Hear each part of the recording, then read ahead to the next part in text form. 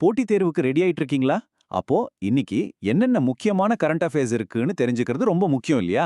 உங்க ப்ரிப்பரேஷனுக்கு ஹெல்ப் பண்ற மாதிரி சூப்பரான சில செய்திகளோட தொகுப்பு இதோ. சரி, ஏப்ரல் 20ஆம் தேதி நடந்த எந்த விஷயங்கள்லாம் நம்ம எக்ஸாம்ல கேட்கப்படலாம்? வாங்க ஒண்ணா டீட்டெயிலா பார்க்கலாம். சரி, ஃபர்ஸ்ட் நேஷனல் லெவல்ல நடந்த சில முக்கியமான ஹெட்லைன்ஸை வேகமா பார்த்துடலாம்.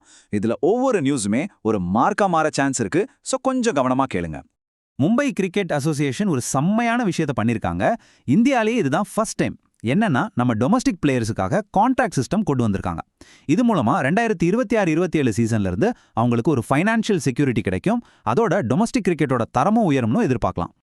அடுத்தது ஏஐசிடிஇ, அதாவது நம்ம அகில இந்திய தொழில்நுட்ப கல்விக் குழுமம். இவங்க வாணி 3.0ன்னு ஒரு முக்கியமான திட்டத்தை ஸ்டார்ட் பண்ணிருக்காங்க. இதோட மெயின் நோக்கமே இன்ஜினியரிங் மாதிரி டெக்னிக்கல் கோர்சஸை தமிழ் மாதிரியான நம்ம தாய்மொழிகள்ல கொண்டு வரது தான். யோசிச்சு பாருங்க, இது கிராமப்புற மாணவர்களுக்கு எவ்வளவு பெரிய உதவியா இருக்கும். பிரபல பாலிவுட் ஆக்ட்ரஸ் சயானி குப்தாவுக்கு ஒரு பெரிய அங்கீகாரம் கிடைச்சிருக்கு. ஹார்வர்ட் யூனிவர்சிட்டியோட மதிப்புமிக்க தெற்காசியாவின் சிறந்த நபர் விருது அவங்களுக்கு கொடுத்துருக்காங்க. எதுக்குன்னா, கலை மற்றும் சமூகத்துல அவங்களோட பங்களிப்புக்காக. எக்ஸாம்ல 2026ஆம் வருஷத்துக்கான ஹார்வர்ட் தெற்காசியா விருது யாருக்கு கிடைச்சதுன்னு ஒரு கேள்வி வரலாம், நோட் பண்ணிக்கோங்க. சரி, ஹெட்லைன்ஸ் பார்த்தாச்சு. இப்போ நம்ம நாட்டோட பாலிசி சட்டங்கள்ல நடந்த சில பெரிய மாற்றங்களை பத்தி பார்க்கலாம். இதெல்லாம் நேரடியா நம்ம கான்ஸ்டிடியூஷனோட சம்பந்தப்பட்டதே, அதனால தேர்வுல கேட்க ரொம்பவே வாய்ப்பு இருக்கு.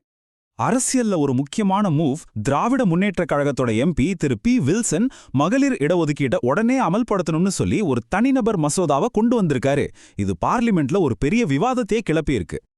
இந்த மசோதாவோட ஸ்பெஷாலிட்டியே அதோட ஸ்பீடு தான். அதாவது மக்கள் தொகை கணக்கெடுப்புக்கோ தொகுதி மறுவரையறைக்கோ வெயிட் பண்ணாம வர அடுத்த எலெக்ஷன்ல இருந்தே 33% ரிசர்வேஷனை கொண்டு வரணும்னு சொல்றாங்க. இது இப்போ இருக்கிற சட்ட நடைமுறையில ஒரு பெரிய மாற்றத்தை கொண்டு வரும். அடுத்தது, நம்ம சமூகத்துல பெரிய தாக்கத்தை ஏற்படுத்தக்கூடிய ஒரு முக்கியமான தீர்ப்பு. உச்சநீதிமன்றம் வரதட்சணை தடுப்புச் சட்டம் சம்பந்தமா ஒரு பெரிய குழப்பத்துக்கு முற்றுப்புள்ளி வச்சிருக்காங்க. இந்த தீர்ப்போட முக்கியமான பாயிண்டே இதுதான். சமூக அழுத்தத்தினால வரதட்சணை கொடுக்கற பொண்ணோ இல்ல அவங்க குடும்பமோ குற்றவாளிகள் கிடையாது, அவங்க தான் பாதிக்கப்பட்டவங்க. அதனால வரதட்சணை தடுப்புச் சட்டத்தின் கீழ அவங்க மேல கேஸ் போட முடியாதுன்னு கோர்ட் ரொம்ப தெளிவா சொல்லிட்டாங்க. இது சட்டத்தோட உண்மையான நோக்கத்தை கரெக்டா விளக்குது. ஓகே, சட்டங்கள் பார்த்தாச்சு. இப்போ நம்ம நாட்டோட பாதுகாப்பு, பொருளாதாரம் இது ரெண்டையும் இன்னும் ஸ்ட்ராங் ஆக்குற 2 முக்கியமான முன்னெடுப்புகளை பத்தி டீட்டெயிலா பார்க்கலாம். நம்ம இந்திய ராணுவத்தோட பீரங்கி படை, அதாவது ரெஜிமெண்ட் ஆஃப் ஆர்ட்டிலரி, அவங்களோட 200வது வருஷத்தை கொண்டாட ஒரு வித்தியாசமான வழியை கையாண்டிருக்காங்க. சமுத்திர சஹாஸ்னு பேர்ல ஒரு கடற்பயணம். இது மராட்டிய மன்னர் சத்ரபதி சிவாஜியோட கடற்படை பாரம்பரியத்தை கௌரவிக்கிற விதமா அமைஞ்சிருக்கு. இது நம்ம ராணுவத்தோட பன்முகத்தன்மையை காட்டுது இல்லையா? 12,980 கோடி ரூபாய். ஆமா, கிட்டத்தட்ட 13,000 கோடி ரூபாய். இது ஒரு சாதாரண தொகை இல்ல.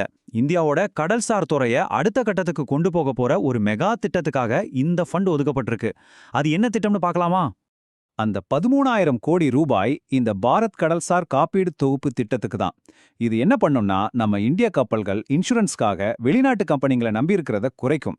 இது மூலமா கடல் வணிகத்துல இந்தியா தற்சார்பு அடையறதுக்கு இது ஒரு முக்கியமான ஸ்டெப். ஓகே, இப்போ இன்டர்நேஷனல் லெவலுக்கு போலாம். IMF உலக வங்கி மீட்டிங்ல முக்கியமா வளரும் நாடுகள் ஃபேஸ் பண்ற ஒரு பெரிய பிரச்சனைக்கு தீர்வு காண ஒரு புது முயற்சி எடுத்திருக்காங்க. $11.7 ட்ரில்லியன். நினைச்சு பார்க்கவே முடியல இல்லையா? இதுதான் பல வளரும் நாடுகள் மாட்டிக்கிட்டு தவிக்கிற கடன் சுமை. இந்த பிரச்சனைக்கு ஒரு தீர்வு காண முதல் முறையா கடன் வாங்குவர் தளம்னு ஒன்று ஆரம்பிச்சு எல்லாரும் ஒன்னு சேர்ந்திருக்காங்க. இது மூலமா சர்வதேச அளவுல அவங்க குரல் இன்னும் வலுவா ஒலிக்கும். சரி, கடைசியா பிரபஞ்சத்தோட ஆழத்துல இருந்து நம்ம பூமி வரைக்கும் சயின்ஸ் அண்ட் நேச்சர் உலகத்துல இருந்து 2 ஆச்சரியமான நியூஸ் பார்க்கலாம். ஸ்பேஸ்ல ஒரு நம்பவே முடியாத விஷயம் நடந்திருக்கு. யோசிச்சு பாருங்க, 100 மில்லியன் வருஷமா அமைதியா தூங்கிட்டு இருந்த ஒரு சூப்பர் மாசிவ் பிளாக் ஹோல் இப்போ திடீர்னு முழிச்சிருக்கு. அது பக்கத்துல இருக்கிறதையெல்லாம் சாப்பிட ஆரம்பிச்சதால ஒரு பெரிய காஸ்மிக் வெடிப்பு ஏற்பட்டிருக்கு. ஒரு பிளாக் ஹோல் இப்படி ஆக்டிவ் ஆகிறது தான் விஞ்ஞானிகள் ஆக்டிவ் கெலாக்டிக் நியூக்ளியஸ், அதாவது AGNன்னு சொல்றாங்க. இது மூலமா இந்த பிரபஞ்சம் எப்படி உருவாச்சு, நம்ம கேலக்ஸி எப்படி வளர்ந்துச்சுங்கிறத பத்தி படிக்கிறதுக்கு சயின்டிஸ்டுக்கு ஒரு கோல்டன் ஆப்பர்ச்சுனிட்டி கிடைச்சிருக்கு. சரி, விண்வெளியிலிருந்து இப்போ நம்ம பூமிக்கு வருவோம். இந்தியால முதன்முறையா வவ்வால்களோட நிலைமை பத்தி ஒரு டீடைல்டான ரிப்போர்ட் வெளியாயிருக்கு.